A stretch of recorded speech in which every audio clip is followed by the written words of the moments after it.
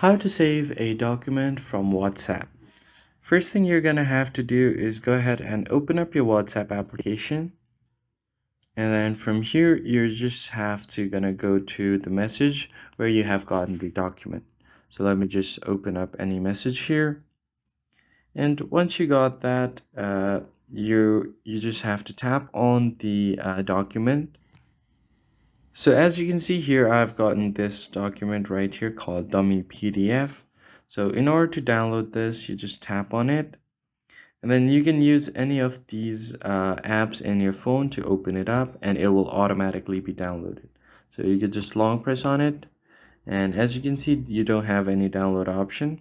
So you just need to tap on it and then open it from any of these apps, and it will automatically be downloaded and open.